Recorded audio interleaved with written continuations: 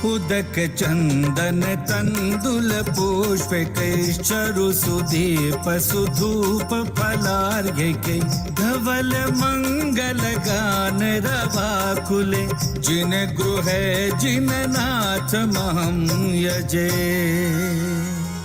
ओम ह्रीं श्रीं क्लीं वरुर क्षेत्रस्य। महोत्सव का मतलब क्या है? एक जैन धर्म की महान साधिका ने, जिसने अपने जीवन के 89 बसंत देखे और अब जो 28 अक्टूबर शरद पूर्णिमा को 90वें वर्ष में प्रवेश करने जा रही हैं और 72वां संयम दिवस रहेगा। शरद पूर्णिमा के ही दिन सन 1952 में इन्होंने गृह त्याग करके एक साध्वी की तरह अपना जीवन व्यतीत करना शुरू किया था। इस 72वें संयम दिवस के उपलक्ष्य में 72 दिवसीय ज्ञानांजलि महोत्सव का आयोजन लगातार 18 दिन से चल रहा है। आज 19वां दिन है। आज है 4 सितंबर 2023 का दिन और ज्ञानमती माता के जीवन में सन 1953 से चातुर्मासों का सिलसिला चालू हुआ। उस श्रृंखला में आज 71वां चातुर्मास शाश्वत तीर्थ अयोध्या के अंदर चल रहा है। आप सब विद्वत वर्ग के बीच में आज हम 19वें दिवस का और 18वें चातुर्मास का प्रसंग लेकर के आ रहे हैं। 18वां चातुर्मास ज्ञानमती माता जी का राजस्थान के टोंक नगर में, राजस्थान में टोंक नगर है, वहाँ पर हुआ था और वहाँ के श्रावक श्राविकाएं बड़े उत्साह के साथ आज वहाँ के जिन मंदिरों का दर्शन कराने के लिए तैयार हैं। तो इस महोत्सव का आज का उद्घाटन हम करने जा रहे हैं दीप प्रज्वलन के द्वारा और इसका सौभाग्य श्रेय हम देना चाहेंगे आज हमारे प्रोफेसर अभय कुमार जी को। विद्वत महासंघ के अध्यक्ष डॉक्टर अनुपम जैन अभय जी को लेकर के आए आज के मुख्य अतिथि और ज्ञानांजलि महोत्सव का आज का दीप प्रज्वलित कराएं। प्रतिदिन कोई ना कोई महानुभाव विशिष्ट आकर के इस ज्ञानांजलि महोत्सव का दीप प्रज्वलन करते हैं। तो इस श्रृंखला में दीप प्रज्वलन कर रहे हैं हमारे प्रोफेसर अभय कुमार जी। मंगलम भगवान वृषभा वीरनाथश्च मंगलम चतुर्विंशति तीर्थेशाः कुर्वन्तु सर्वमंगलम। अयोध्या मंगलम कुर्यात् अनंत तीर्थकर्तॄणां जन्मभूमि प्रसिद्धा स्यात् सुवन्द्या साधुभिः सदा।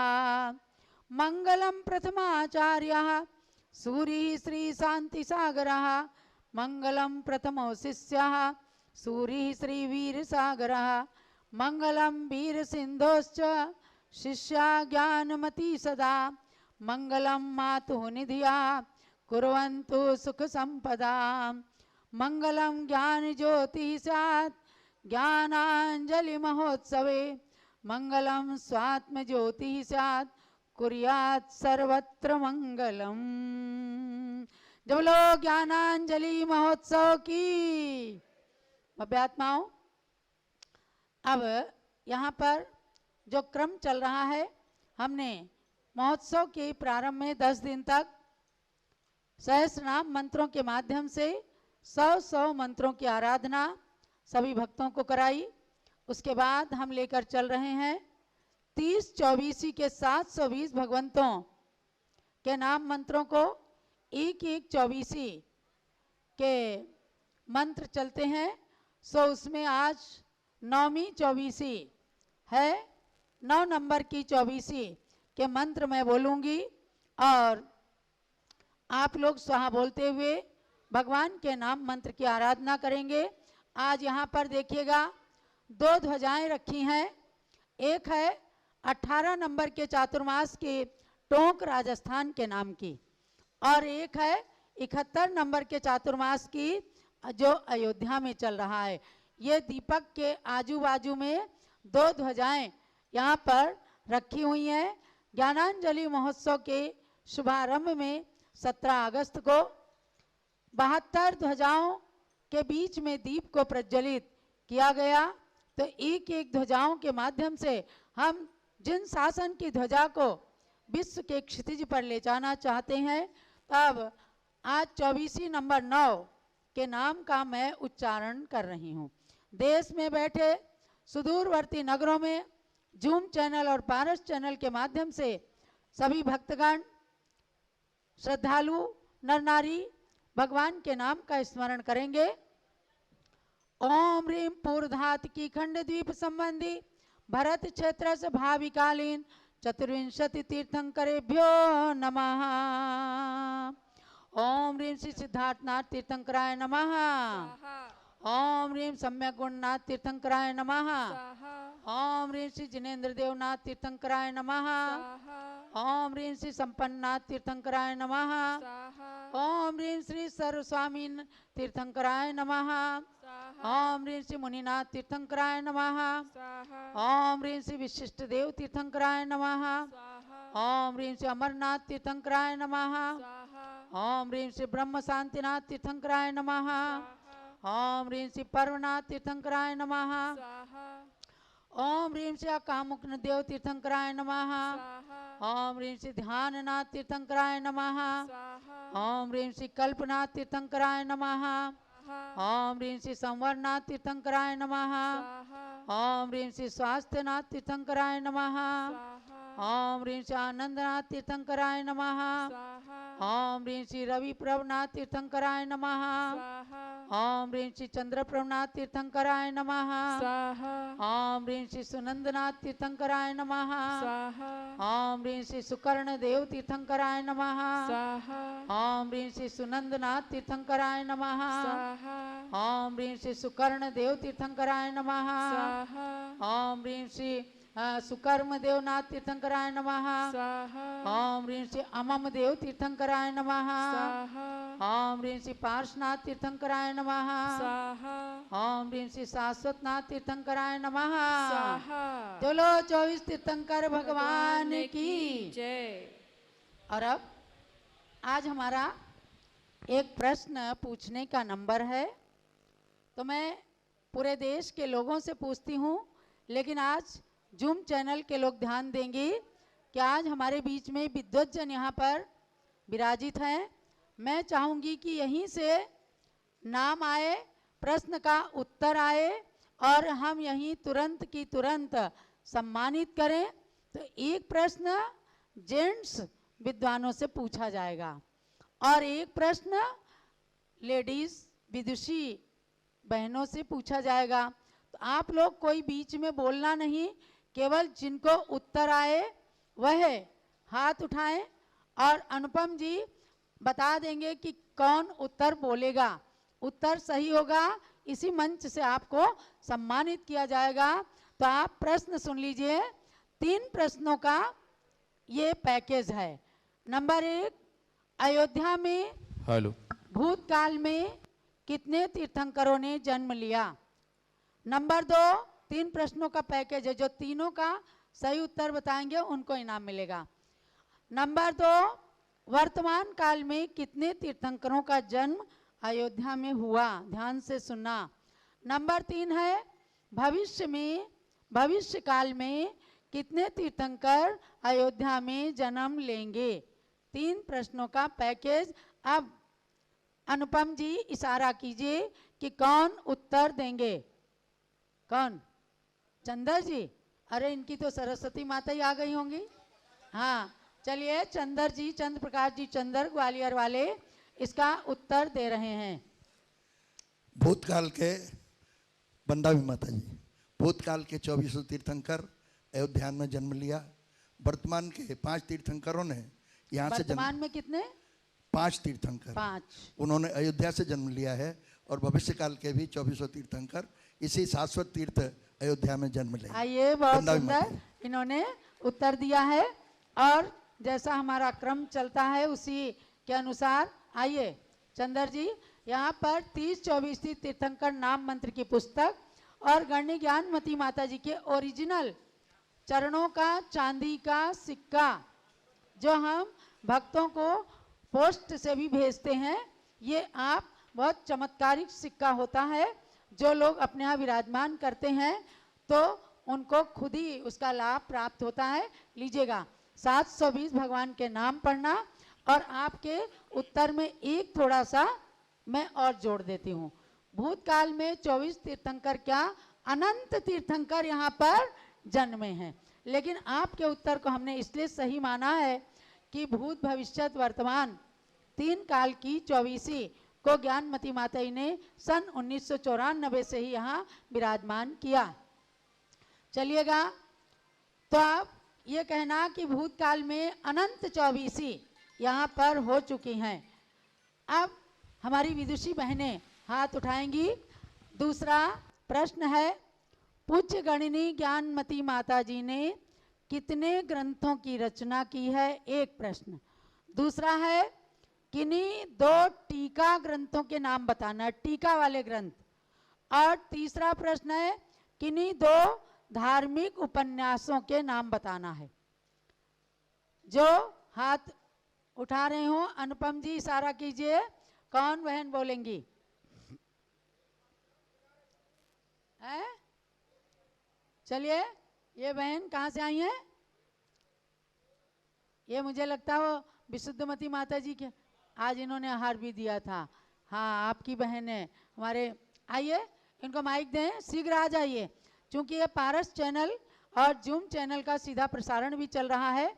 सारा देश आज ज्ञानांजलि महोत्सव के इस 19वें दिन का प्रसारण देख रहा है। आप आइए और बताते हुए आ जाओ भैया, जल्दी करिए। कितने ग्रंथों की रचना की है? माइक खोलो, माइक खोल के दो भाई। 500 ग्रंथों की। एक उत्तर हुआ, ठीक है। दूसरा हमने पूछा किन्हीं 2 टीका ग्रंथों के नाम बताइए जिन पर इन्होंने टीका लिखी है। जी, नियम सार, नियम सार, समय सार। बहुत बढ़िया। नियम सार पर संस्कृत टीका, समय सार की हिंदी टीका। तीसरा, किन्हीं 2 धार्मिक उपन्यासों के नाम बता दीजिए जो माता ने लिखे हैं। जी, हाँ, आदि ब्रह्मा है आदि ब्रह्मा, बहुत सुंदर। भरत का भारत आप बोल नहीं पाते, चलो ठीक है। आप अपना नाम और बता दो। मेरा नाम श्रीमती सुधा जैन सागर। श्रीमती सुधा जैन सागर। सुधा जैन शास्त्री सागर। सागर, सुधा जैन सागर। आइए, आपको भी पूज्य माता जी के श्री चरण और 30-24 नाम मंत्र की पुस्तक, ये हैं चांदी के ज्ञानमती माता जी के ओरिजिनल चरण।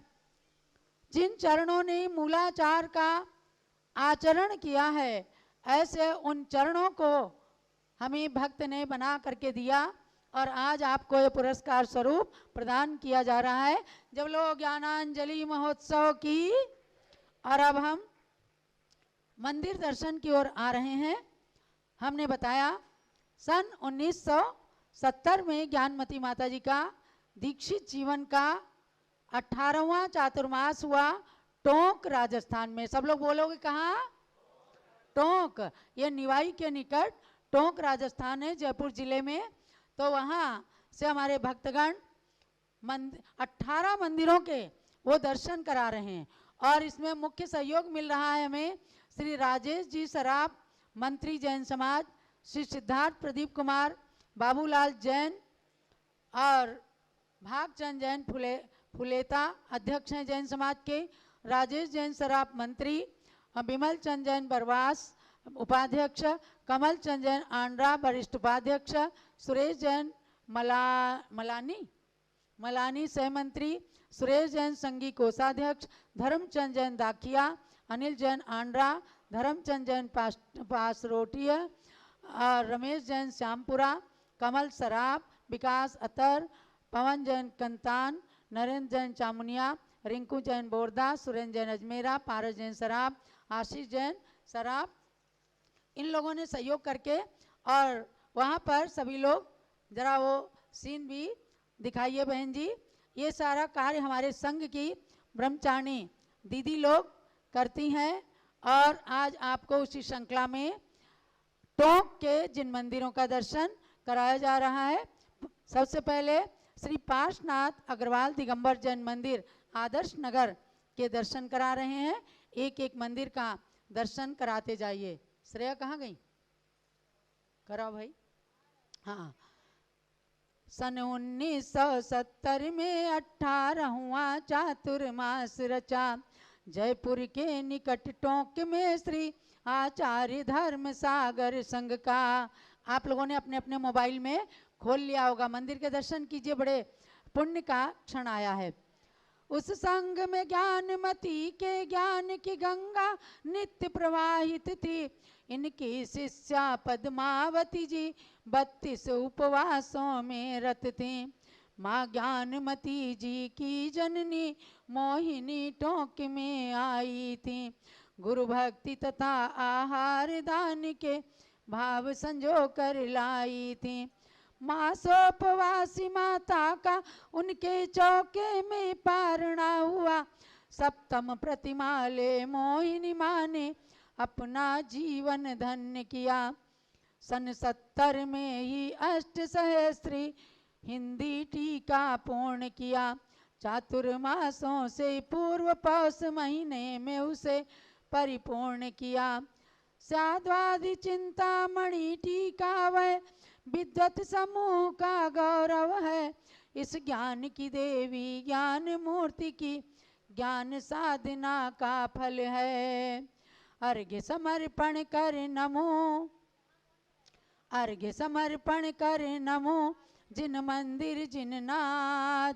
पुनः अर्घ्य अर्पण करूं ज्ञानमती पद आज। ओम ह्रीं अष्टादश चातुर्मास स्थल टोंक राजस्थान नगरस्य जिन मंदिरे पार्श्वनाथ जिन मंदिरे विराजमान समस्त जिन प्रतिमाभ्य अर्घ्यम निर्पामीति। नसिया जी के जिन मंदिर में विराजमान समस्त जिन प्रतिमाभ्य अर्घ्यम निर्पामीति। स्वाहा। शांतिनाथ दिगंबर जैन बड़ा मंदिर है तख्ता में विराजमान भगवान शांतिनाथ से समस्त जिन प्रतिमाभ्य अर्घ्यम निर्पामीति। स्वाहा।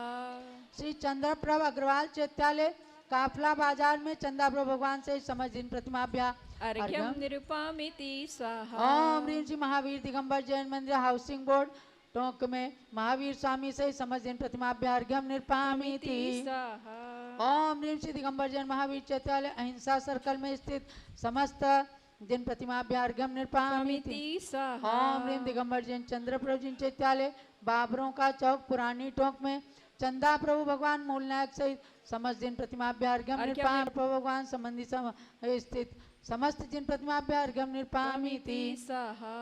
ओम ह्रीं चौधरियान माणक चौक पुरानी टोंक में शांतिनाथ भगवान सहित समस्त जिन प्रतिमाभ्य अर्घ्यम निर्पामीति। स्वाहा। ओम ह्रीं सोनियान नेमिनाथ जी जिन मंदिरे विराजित समस्त जिन प्रतिमाभ्य अर्घ्यम निर्पामीति। स्वाहा। ओम ह्रीं पार्श्वनाथ जिन मंदिर श्याम बाबा मंदिर माणिक चौक जिन मंदिरे विराजित समस्त जिन प्रतिमाभ्य अर्घ्यम निरुपामिति। ओम ह्रीं दिगंबर जैन आदिनाथ मंदिरे माणिक चौक में विराजित समस्त जिन प्रतिमाभ्य अर्घ्यम ओम निरुपामिति। ह्रीं आदिनाथ चैत्यालय चौधरियान माणिक चौक जिन मंदिरे विराजित समस्त जिन प्रतिमाभ्य अर्घ्यम निरुपामिति। स्वाहा। ओम ह्रीं महावीर स्वामी नस्या सोनियान हीरा चौक में विराजित समस्त जिन प्रतिमाभ्य अर्घ्यम निरुपामिति। ओम ह्रीं स्वाहा। शांतिनाथ दिगंबर जैन नस्या चौधरियान स्थल रोड जिन मंदिरे विराजित समस्त जिन प्रतिमाभ्य अर्घ्यम निरुपामिति। ओम स्वाहा। ह्रीं चंद्रप्रभ जैन नस्या पंथियान चतुर्भुज तालाब जिन मंदिरे विराजित समस्त जिन प्रतिमाभ्य अर्घ्यम निरुपामिति। ओम ह्रीं स्वाहा। चंद्रप्रभ दिगंबर जैन नस्या श्याम बाबा पुरानी टोंक जिन मंदिरे विराजित चंद्रप्रभ मूलनायक सहित समस्त जिन प्रतिमाभ्य अर्घ्यम निरुपामिति। स्वाहा। देखो क्या है, आज ज्यादा मंदिर हो गए, वरना जहाँ भी ज्यादा मंदिर होते हैं तो हम 1-2 मंदिरों के ही अर्घ चढ़वाते हैं। लेकिन टोंक में बहुत ही अच्छा उत्साह देखने को मिला। हमारी इंदु बहन जी ने बताया कि माता जी जब हमने वहाँ फ़ोन किया, उन लोगों ने पोस्टर बना करके और सारे अपने इलाके के अंदर पूरा प्रचार करके और बहुत ही उत्साह दिखाया।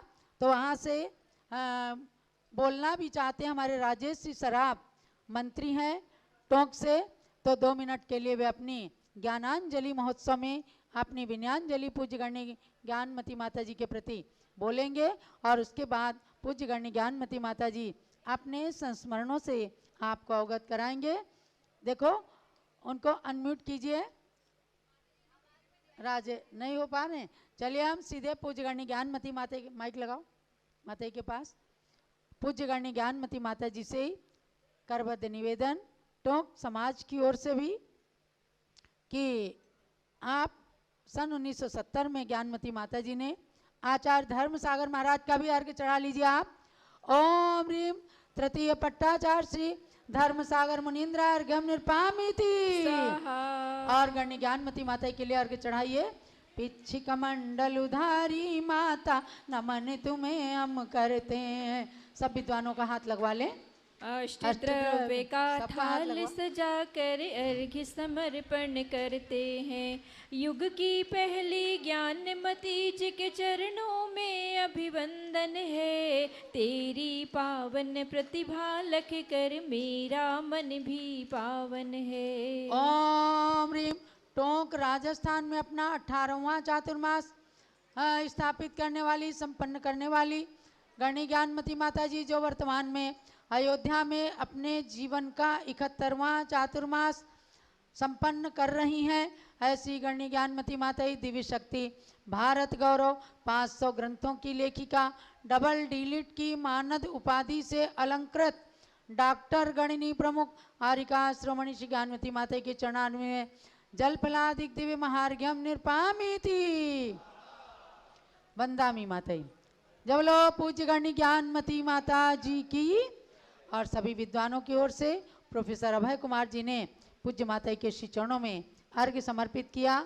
अब पूज्य गण्य ज्ञानमती माता जी का मंगल उद्बोधन इस शिविर के लिए भी और चातुर्मास के संदर्भ में भी आपको अपने संस्मरणों को बताते हुए ये दिव्य देशना आप सब श्रवण कीजिएगा।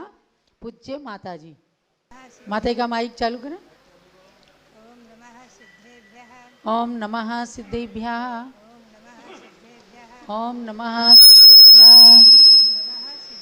ओम नमः सिद्धेभ्यः। ओम भीम विश्व शांति कराय श्री सब देवाय नमः।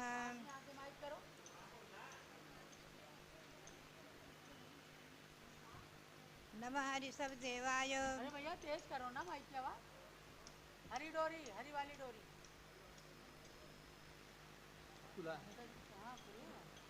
नमः हरि सब देवाय धर्म तीर्थ प्रवर्तिने सर्वा विद्या कला यस्मात् आविर्भूता महीतले आविर्भूता महीतले। मंगलम भगवान वीरो मंगलम गौतम गणी मंगलम कुंद कुंदाद्याः जैन धर्मोस्तु मंगलम जैन धर्मोस्तु मंगलम। महानुभाव और सभी विद्वत वर्ग, आज ये शाश्वत जन्मभूमि ऋषभदेव जन्मभूमि अयोध्या तीर्थ क्षेत्र पर जो विद्वानों का प्रशिक्षण शिविर का आयोजन हुआ है, इसमें मुख्य उद्देश्य है आप लोग एक एक विद्वान हजारों और लाखों जनता में जाकर के और अपने माध्यम से जैन धर्म की अविच्छिन्न परंपरा को जीवंत रखते हुए अपने शाश्वत अनादि निधन जैन धर्म के बारे में दशरक्षण पर्व अनादि निधन दशरक्षण पर्व के बारे में आदि प्रवचन करते हैं। कई वर्षों से मेरी प्रेरणा रही है कि जैसे 10 दिन दशरक्षण पर्व में तत्वार सूत्र का वाचन और एक एक अध्याय का अर्थ कहा जाता है, वैसे ही मैंने कई वर्ष पूर्व इस गौतम गणधर वाणी को संक्षेप में लेकर के, ये चतुर्थकालीन वाणी है, चौथे काल के गौतम स्वामी के मुख से निकली वाणी, प्रामाणिक अत्यंत प्रामाणिक, और इसके कुछ अंश लेकर के मैंने 10 अध्याय में विभक्त किए हैं। और मेरी भावना ये रही है, प्रेरणा ये रही है कि 10 दिन आप इसके एक एक अध्याय का वाचन और इसके एक एक अध्याय का सार भी अवश्य सुनाएं, संक्षेप में सार सुना दें। चाहे मध्याह्न में, चाहे प्रातःकाल, चाहे रात्रि में, कभी भी। और भगवान ऋषभदेव के 10 भावों पर 10 अवतार जो हमने लिखे थे, उस पर चंद्रावती आरिका से मैंने नाटिका भी बनवाई थी। वो नाटक पुस्तक आपको दी गई है, आपके उसमें रखी गई है किट में। उस पर आप नाटक मंथन करने की प्रेरणा दें, जिससे लोग भगवान के ऋषभदेव के धर्म को समझें कि भगवान ऋषभदेव ने अपने 10 भाव पूर्व जैन धर्म को स्वीकार किया है और महामंत्र नमोकार मंत्र का जाप करते हुए शरीर छोड़ा है, जिससे नमोकार मंत्र अनादि है और अहिंसा परमो धर्म जैन धर्म अनादि है, शाश्वत है, ये सिद्ध होता है। भगवान महावीर जैन धर्म के संस्थापक, ये जो प्रसिद्धि हुई थी 25वें निर्वाण महामहोत्सव में भगवान महावीर स्वामी का जो गुणगान किया गया, तो उसके बाद ये प्रसिद्धि हो गई कि भगवान महावीर जैन धर्म के संस्थापक। तो इसका निराकरण करने के लिए ही मैंने ये सब आयोजन, और भगवान ऋषभदेव जो मांगी तुंगी में पर्वत को चीर कर 108 फुट के प्रकट हुए हैं, जो 121 फुट हैं, कमर से लेकर के सिर के अग्रभाग तक 121 फुट है, और नख से और यहाँ तक 108 फुट हैं। ऐसे भगवान ऋषभदेव की प्रतिमा भी वहाँ विराजमान हुई है। और यहाँ शाश्वत जन्मभूमि अयोध्या, जो भगवान ऋषभदेव की मूल जन्मभूमि है, कोड़ा कोड़ी सागर वर्ष जहाँ भगवान ऋषभदेव जन्मे हैं जैन सिद्धांत के अनुसार, जो कह दीजिए करोड़ों करोड़ों वर्ष पूर्व, और जो राम श्री राम की जन्मभूमि है। ऐसी इस जन्मभूमि को आकाश की ऊंचाइयों तक पहुंचाने के लिए हम और आप सब मिलकर के एकजुट होकर के जैन शासन की प्रभावना करते हुए शाश्वत जन्मभूमि की प्रभावना करेंगे। इसीलिए ये पुस्तक आपको पहुंचाई गई है, और भी अनेकों पुस्तकें हैं, उस पर हम थोड़ा थोड़ा क्रम से जैसा संभव होगा प्रकाश डालेंगे। और पारस चैनल के माध्यम से अगर आप चाहें तो प्रातःकाल जो 6:30 से लेकर के 7 तक मेरा उद्बोधन होता है, उसको अवश्य सुना करें, जो भी है। तो सबसे पहला विषय तो ये है कि इसमें जो हमने अभी संकलित करके आपको दिए हैं, जो 1977 में विद्वानों का प्रशिक्षण शिविर हस्तिनापुर में आयोजित हुआ था, उसमें आपके सभी विद्वान मूर्धन्य जो थे, आज उसमें के कुछ ही विद्वान होंगे, 1-2 जो उसमें विद्वान आए हुए थे, लगभग 105 विद्वान थे। सारे भारत के मूर्धन्य मक्खनलाल जी मोरैना वाले और मैसूर के विद्वान और मोतीलाल जी फल्टन, कोठारी फल्टन के आदि बड़े बड़े विद्वान, पंडित सुमेरचंद दिवाकर आदि, ये सब विद्वान जब आए हुए थे, ऐसे उस मौके पर जो प्रशिक्षण शिविर हुआ था, उसमें मैंने 25 प्रकार के नियम निर्धारित किए थे विद्वानों के लिए, वो भी इसमें दिए हैं। वो विद्वानों को अवश्य पढ़नी है कि हमें सभा में, आम जनरल पब्लिक में कैसे भाषण करना है। आप अयोध्या में बैठे हैं, यहाँ हमें तीर्थंकर भगवंतों के भाषण करके और तीर्थंकर भगवंतों की जीवन चरित्र पर ही अधिक रूप से प्रकाश डालना है। जो विवादित विषय हैं उन पर नहीं विषय को लेना है, हमेशा ध्यान में रखें। इससे अनेक अनर्थ होने की संभावना होती है और जैन समाज पर अनेकों उपद्रव संकट आने की संभावना हो जाती है। अपने तीर्थंकर भगवंतों के बारे में ही अधिक रूप से प्रचार प्रसार करें। खैर, तो सबसे मुख्य विषय यह है आज का जो है कि ये गौतम गणधर वाणी आज से पंडित लाला राम जी शास्त्री जो हुए हैं, मोरैना के थे, और उन्होंने अपने उद्गार में व्यक्त किए थे कि ये चतुर्थकालीन वाणी जो गौतम गणधर वाणी है, आज हमारे पास उपलब्ध है। पता नहीं कौन कौन सी वाणी ऐसी लुप्त हो गई। जैन ग्रंथों को 6 महीने तक होली में जलाया गया, होली जैसा जलाया गया था। न जाने कितने ग्रंथ भस्मसात हुए हैं। और जब ग्रंथ प्रकाशन की, मुद्रण की व्यवस्था नहीं थी, तब तो एक ग्रंथ जल गया गया, खत्म, ऐसी स्थिति थी। आज तो एक ग्रंथ लाख में, हजारों की संख्या में छप जाते हैं, तो हजारों मंदिरों में पहुंच जाते हैं, हजारों घरों में पहुंच जाते हैं, तो कहीं ना कहीं सुरक्षित हो जाते हैं। लेकिन वो एक ज़माना था जब हमारे ग्रंथ केवल हस्तलिखित ताड़पत्री आदि ही थे। खैर, तो मूल चीज़ ये है कि हमें आज अपने विद्वानों से यही कहना है कि आप लोग एक तो समय का ध्यान रखते हुए केवल 3-4 दिन के अंतर्गत में जो कुछ भी मैं कुछ आपको थोड़ा सा अपनी बात सुनाऊंगी।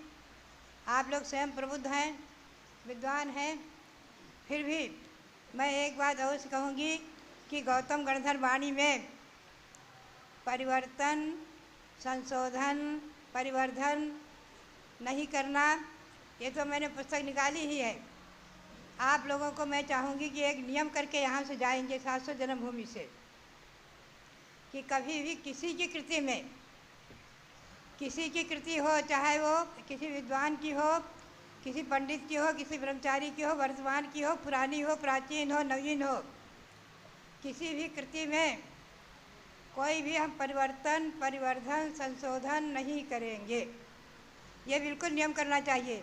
आप अपनी विचारधारा को टिप्पण में दें, परिशिष्ट में दें, नीचे टिप्पण में दे दें, परिशिष्ट में दे दें। हमारी विचारधारा या आगम के परिप्रेक्ष्य में बता दें कि बाबू आगम के आधार से ऐसा नहीं, ऐसा होना चाहिए। आगम का टिप्पण दे दें, अपनी बात लिख दें कि मेरी विचारधारा, लेकिन उसमें परिवर्तन, परिवर्धन नहीं करना। मैं आपको बताऊं, इसका एक उदाहरण, अधिक उदाहरण तो बहुत है, 50 हैं। गौतम गणधर वाणी में प्रतिकोण पाठ है, जिसका हम लोग करते हैं पाठ। उसमें आया है से अभिमत जीवाजीव उल्लद पुण्य पाव आसो समर बंद निर्जर मोख में कुचले। ये कौन से पेज पर है, चलो निकाल दो।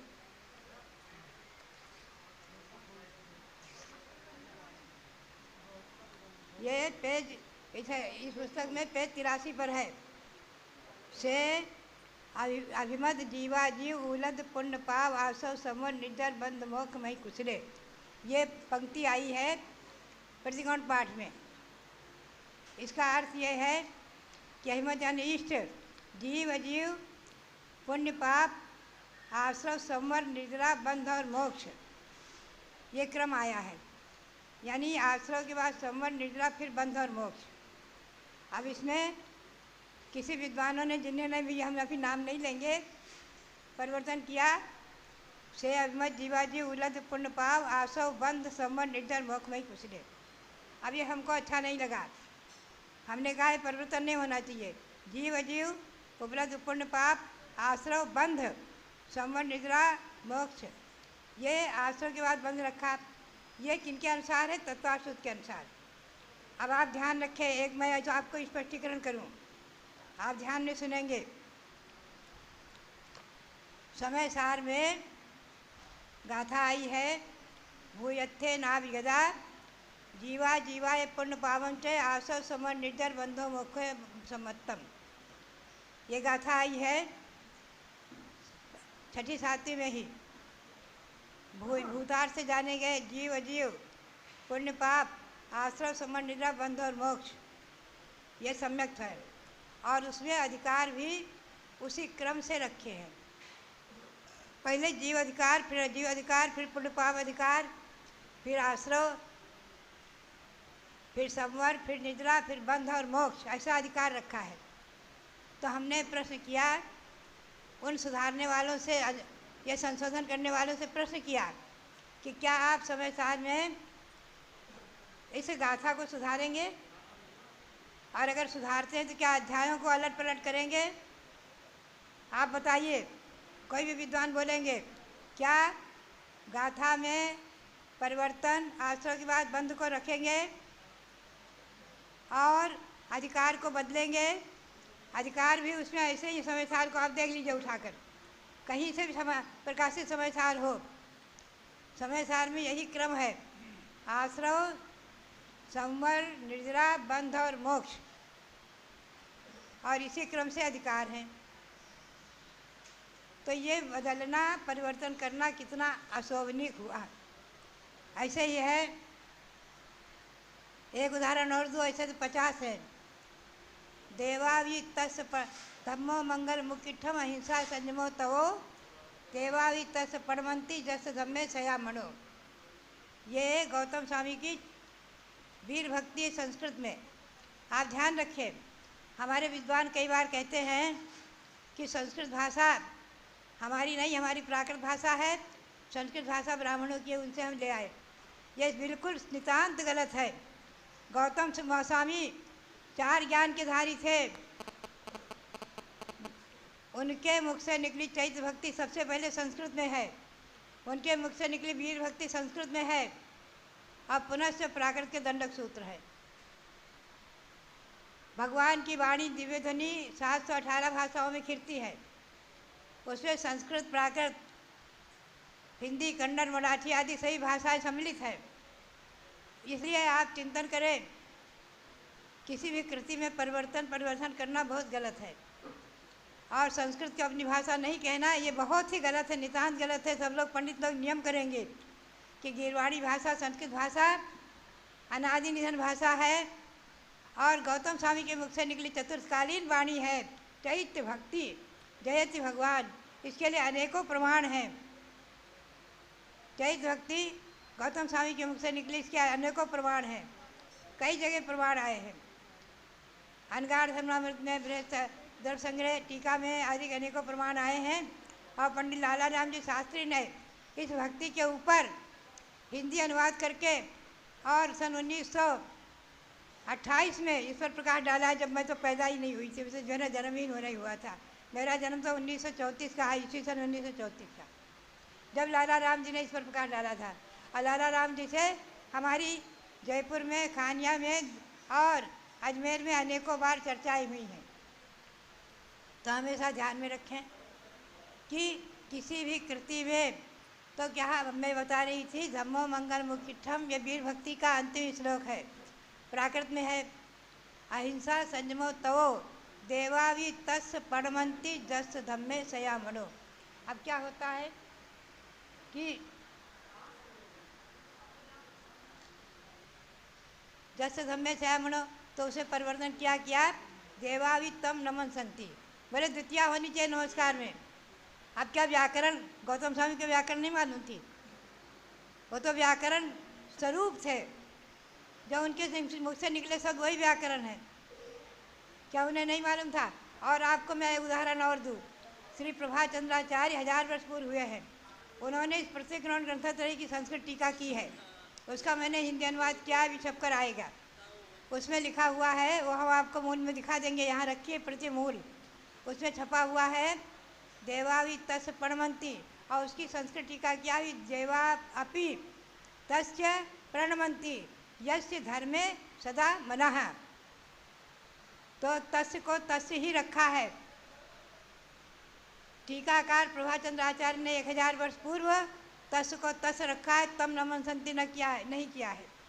इसलिए आप सबको मैं चाहूँगी, यहाँ की उपलब्धि सब लोगों को एक नियम करके जाना चाहिए कि हम किसी की कृति में कभी कोई परिवर्तन, परिवर्धन, संशोधन नहीं करेंगे। जो हमारी भावना होगी, हमको समझ में आएगा आगम के आलोक में या हमारी विचारधारा के अनुसार, उसको हम टिप्पण में देंगे, विशेषार्थ में देंगे। आप विशेषार्थ में दें, टिप्पण में दें, लेकिन मूल में परिवर्तन ना करें। पुरानी परंपरा यही थी। जब सठखंडागम ग्रंथ का संपादन हो रहा था, हमारे प्रोफेसर हीरालाल जी आदि को ने बताया था हमें आकर के दिल्ली में, उस समय नियम निर्धारित हुआ था कि कोई भी परिवर्तन, पाठ भेद मिलते हैं, अनेकों पाठ भेद मिलते हैं हस्तलिखित प्रतियों में, तो टिप्पण देते थे, ब्रैकेट देते थे, लेकिन मूल में संशोधन, परिवर्तन किसी ने नहीं किया विद्वानों ने। आप इस बात का एक संकल्प करेंगे, मैं चाहूँगी आप इसमें से कौन से विद्वान संकल्प करेंगे वो हाथ उठाएंगे। मैं चाहूँगी सभी विद्वानों का संकल्प होना चाहिए कि किसी की कृति में, एक भजन भी किसी ने बनाया है, उसमें भी परिवर्तन न करो आप। भारत प्यारा आदि में भजन जो बने हैं, भगवान भारत प्यारा आदि में, उसमें बहुत परिवर्तन आदि किए गए तमाम, और आपस में झगड़े भी हुए हैं। तो बात यही है कि हमें और आपको किसी की कृति में कुछ परिवर्तन करने का कोई अधिकार नहीं है। टिप्पण में दो, अपनी भावना के अनुसार भावार्थ दो, विशेषार्थ दो, जैसा भी है, लेकिन उसके मूल में परिवर्तन न करके, और ब्रैकेट में दो परिवर्तन, टिप्पण में दो। इन दो एक बातों पर मैंने आज प्रकाश डाला है समय समय पर, और कहूँगी। एक पुस्तक मैंने इसका संकलन अभी हाथ किया है। ये सभी साधुओं के लिए मुख्य रूप से हमने बनाई है। साधुओं के लिए प्रार्थना करके साधु समाज और सारे पूरी जैन समाज के लिए वर्तमान में जो समूह शरण, जो 3 लोक की रचना, जो ह्रीम आदि कहनी को चीज़ें ऐसी बन रही हैं, मेरे देखते देखते उनमें बड़ा परिवर्तन हो रहा है। ये सब देख करके और मेरे को जो आनंद अंतर में एक वेदना होती, कष्ट होता है, तो मैंने आगम के आलोक में ये प्रस्तुत किया है। इस पर हम और आप अभी 3 दिन चिंतन करेंगे। कल है, कल परसों नरसों 3 दिन चिंतन करेंगे।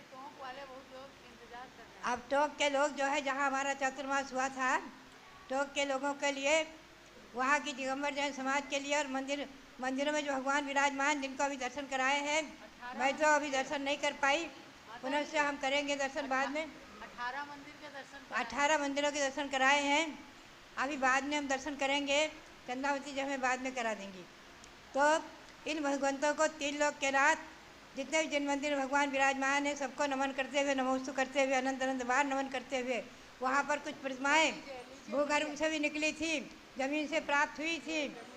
अभी हमको तो यहाँ ये धूप की रोशनी में कुछ दिखता ही नहीं है, बाहर की याद नहीं दिख रही, चमक नहीं आ रही। हाँ,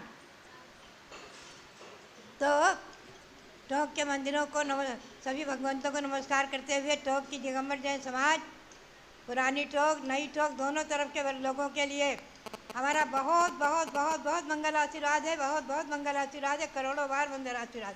बात यही है कि टोंक की जैन समाज ने जो आचार्य धर्मशाला जी महाराज के संग में लाभ लिया है, वो उस समय खूब चौके लगे, आहार दान दिया, प्रवचन सुने, भक्ति किया है।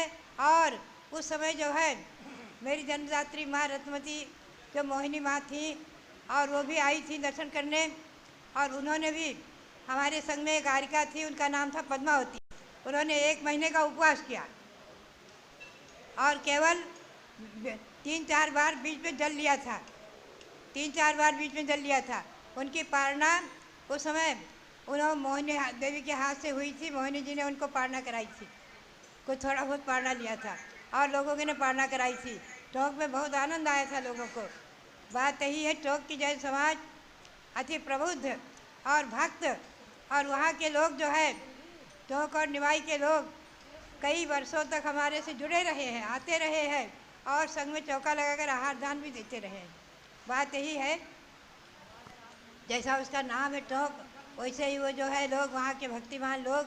और वहाँ पर हमारी एक लघु बहन जो आरिका अभयमती जी बनी है, आचार्य श्री धर्मशाला जी महाराज के कर कमलों से, जिनके पहली आरिका दीक्षा हुई थी महावीर जी में, छिलिका दीक्षा उन्होंने ईस्वी सन 1964 में हैदराबाद में ली थी।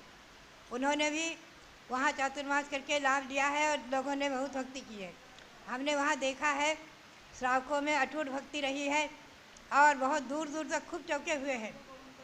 और उन लोगों ने जो है संघ के आचार्य श्री धर्मशाला के प्रवचन का तो लाभ लिया ही लिया, साथ ही आहार दान का तो लाभ लिया ही लिया, इसके साथ तमाम मासोपासी साधुओं की भक्ति करके और उनको आहार आदि देकर भी खूब लाभ लिया।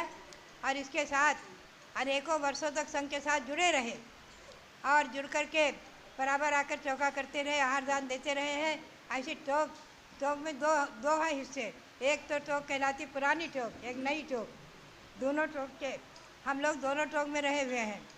और हमें याद है एक बार क्या हुआ कि रात्रि में हम लोग छत पर सो रहे थे सब आरिकाएँ, और एकदम बंदर आ गए, उपद्रव करने लग गए और एकदम श्रावक घबराए, डंडा लेकर दौड़े दौड़े आए, ऊपर चढ़ गए और बोले बंदरों को हम भगा दें। किसी ने कहा कि आरिकाओं के शयन स्थान पर रात्रि में श्रावक क्यों गए, तो उन्होंने कहा क्या बंदर काटे और हम देखते रहें, ऐसा कैसे हो सकता है। तो लोगों ने आकर बंदर भगाया था। तो कई बातें ऐसी हो जाती हैं जो स्मरण में आ जाती हैं, ऐसी बहुत सी बातें होंगी। बात यही है कि वहाँ पर एक उनियारा के भी श्रेष्ठी थे, बहुत भक्तिवान थे, खूब भक्ति की थी। तो बात यही है कि राजस्थान में जो आचार्य श्री धर्मशाला के चतुर्मास हुए और हम लोगों के चतुर्मास हुए हैं, वो अपने आप में अत्यंत प्रभावनापूर्ण रहे हैं। आज हम देखते हैं जैन समाज में श्रावकों में न भक्ति की कमी है, न प्रवचन सुनने की भावनाओं की कमी है, न गुरुओं के प्रति आस्था की कमी है। अगर मैं देखती हूँ उनको सही दिशा मिलती है। वहाँ के एक निर्मल सागर जी मुनि भी बने हैं, वहाँ के श्रावक, और वो बहुत दिनों तक संग में रहे हैं। तो बात यही है कि ऐसी टोंक की जैन समाज के लिए भी हमारा बहुत बहुत बहुत बहुत मंगल आशीर्वाद है, बहुत बहुत मंगल आशीर्वाद है। और आगे हम आपको अपनी बात को सुनाते रहेंगे। अभी आपकी सुनेंगे। तो मेरा एक कहना है आपसे कि इस पर मैं चाहती हूँ कि इस गौतम गणधर वाणी पर ही प्रशिक्षण हो 3 दिन, और इस पर ही जो है आप लोग भी चर्चा करें। आप लोग जितना समय, क्योंकि हम तो पूरा समय नहीं दे सकते, चंदावती जी थोड़ा समय देंगी, 1 घंटा, आधा घंटे, 1 घंटे हमारे रविंद्र कीर्ति दे सकते हैं पर, और ये लोग बाकी आप लोग जो आपस में जो अध्ययन अध्यापन करेंगे तो इस प्रवचन निर्देशा को लेकर करेंगे, एक एक अध्याय के ऊपर करेंगे।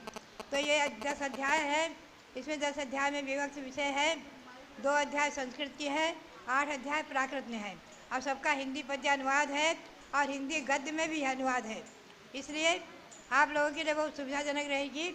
आप लोग इसी पर 3 दिन बराबर इस पर चर्चा करके, और मैं चाहूँगी दशक्षण में भी इसका सार, एक एक अध्याय का सार अवश्य सुनाएं और इसकी पूजा भी कराएं, यही मेरी भावना।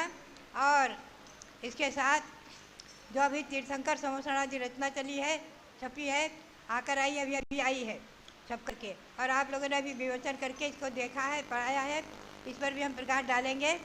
तो ये आपके शाश्वत जन्मभूमि में, भगवान ऋषभदेव की जन्मभूमि में होने वाला प्रशिक्षण शिविर आपके जीवन में एक विशेष स्मरणीय रहे, विशेष उपलब्धि को प्राप्त कराए।